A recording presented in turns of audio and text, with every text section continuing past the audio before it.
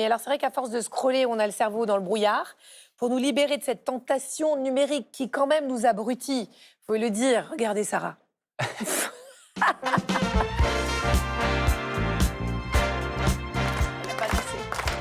J'allais dire qu'on accueillait Sylvie Choqueron, mais on m'a mis le jingle avant, hein, quand même. J'arrivais. On peut l'applaudir quand même. Merci, Sylvie. Alors, si vous êtes là, c'est pour nous alerter, parce qu'à force de scroller en continu, on s'épuise. Et cette fatigue qui est liée à l'utilisation compulsive du smartphone, elle porte un nom. Ça s'appelle le brain rot, qu'on pourrait traduire par pourrissement cérébral. Et vous êtes sûr, scientifiquement, que le cerveau ramollit à cause du smartphone? Alors, c'est pas vraiment qu'on va perdre nos capacités ou que notre cerveau va s'abîmer. Quand on parle de pourrissement cérébral, donc de brain rot, ou bien parfois vous entendez parler de popcorn brain, c'est l'idée que votre cerveau finalement n'arrive plus à être focalisé sur une tâche, qu'en plus vous déléguez toutes vos tâches à votre téléphone. Donc, on l'a vu tout à l'heure dans le reportage, on peut continuer à se déplacer sans utiliser son GPS. On peut continuer à chercher le nom d'un acteur sans aller vérifier sur son téléphone. Le problème, quand on emploie ces termes-là, comme pourrissement cérébral, c'est qu'on veut alerter les gens sur le fait que si ils sous-utilisent leurs capacités, s'ils les délèguent en permanence à leur téléphone, ce qui va se passer, c'est qu'ils ne pourront plus utiliser leurs capacités, même si elles sont là.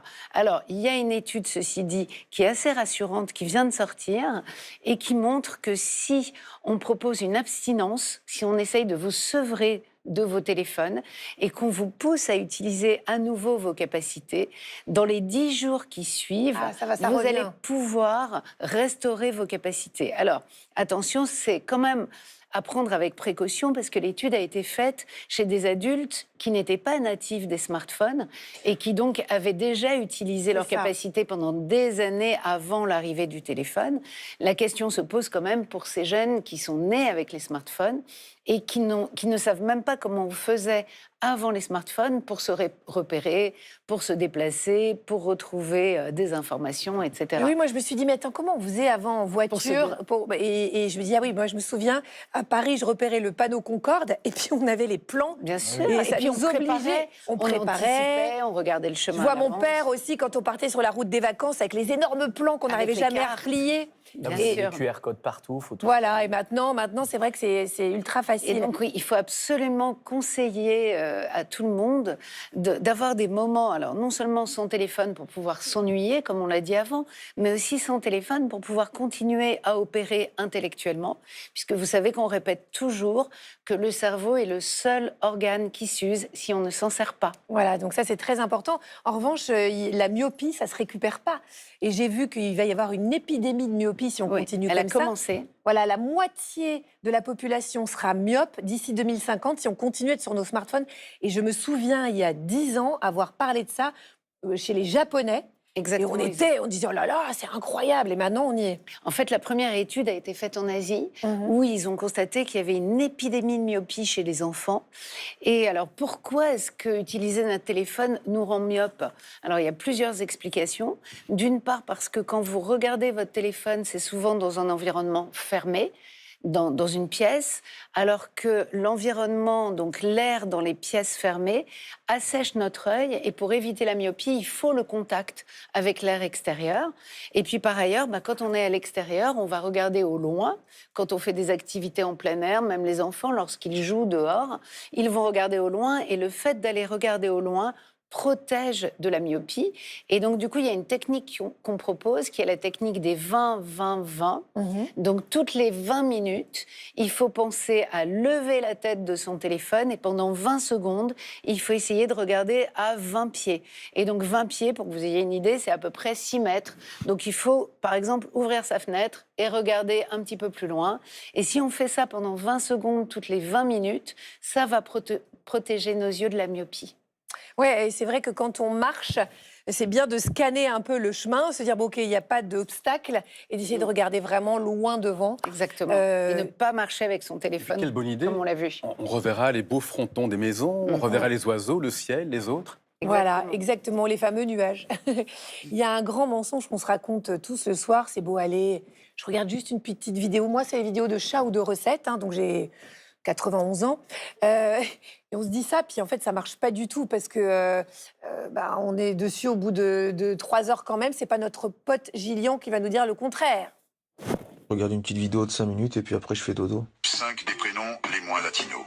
En numéro 5, on trouve Alain. Du coup, je suis éclaté ce matin parce que j'ai scrollé jusqu'à je sais pas quelle heure. Donc ce soir, c'est dodo, 22h grand max. Ah, je referai pas la même connerie, tu vois. Je suis pas con non plus. 5 des objets les moins utiles pendant une raclette. En numéro 5, un télescope. Est-ce que le smartphone est le pire ennemi de notre sommeil, Ilios?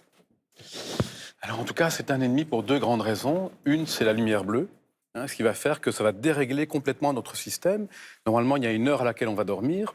La lumière va jouer un rôle. Et là, tout à coup, la lumière bleue, notre système ne sait plus si on est le jour ou la nuit. Et donc, ça perturbe nos rythmes. Il n'y a pas que ça. Il y a aussi la perturbation des notifications. Ce qui va faire que on est construit avec le même système qu'il y a très très longtemps, un système d'alerte qui nous permet de nous protéger des dangers. Et chaque fois qu'il y a une notification, un élément qui va apparaître, c'est comme si tout à coup dans la jungle on disait tiens, fais attention. Et donc on est constamment en alerte et on n'a pas un bon sommeil, on ne dort pas bien, on n'a pas un bon sommeil. C'est une alerte sur le prix de l'essence qui nous met vraiment la boule au ventre, après pour s'endormir, il faut y aller quand même. Merci beaucoup Ilios pour votre éclairage, toujours si poétique. On vous laisse à vos patients bruxellois. Merci beaucoup. On l'a dit tout au long de cette émission, pour être heureux, pour être moins stressé, il faut décrocher. Pour l'occasion, Arnaud nous révèle son côté geek. Eh ouais.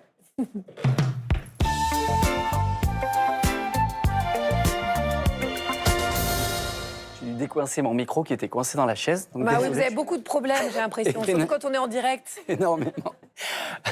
Alors, on va voir qu'il y a des choses qui permettent de paramétrer son téléphone pour justement essayer de réduire au maximum ce temps d'écran. Et vous allez me dire, Sylvie, si ça marche ou si... Ça marche pas. C'est beau le direct pour ça C'est aussi. beau. Hein. Alors, le premier truc que j'ai fait, franchement, je l'ai expérimenté pour l'émission, c'est de passer mon téléphone en noir et blanc. Alors ça, est-ce que ça marche ou ça ne marche pas? Alors, ça marche. Alors évidemment, je ne peux pas me prononcer pour toutes les personnes qui essaieraient, hein, mais de manière générale, ça va marcher. Pourquoi est-ce que ça va marcher? Parce que notre attention, elle est préférentiellement captée vers ce qui est lumineux, vers ce qui est coloré.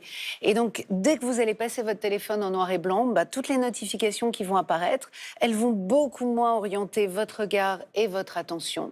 Et donc, potentiellement, ça pourrait vous un petit peu réduire la tendance que vous avez à aller réagir à votre téléphone. Mais c'est pas non plus complètement efficace parce qu'on a montré que le téléphone, même posé à l'envers, c'est-à-dire même si vous regardez la coque sur la table, il attire tous vos regards, quoi que vous fassiez.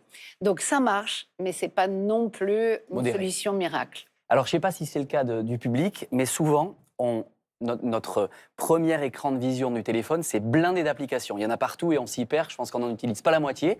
Alors souvent, pour économiser justement tout ça, on enlève les applications qui sont sur la page de garde et on garde que celles du bas. C'est ce qu'on appelle le dock. Est-ce que ça évite la tentation d'aller sur plein d'applis? Alors, même chose, ça va réduire, ça marche. Ça va réduire un petit peu la tentation, tout simplement parce que le cerveau est un petit peu flemmard.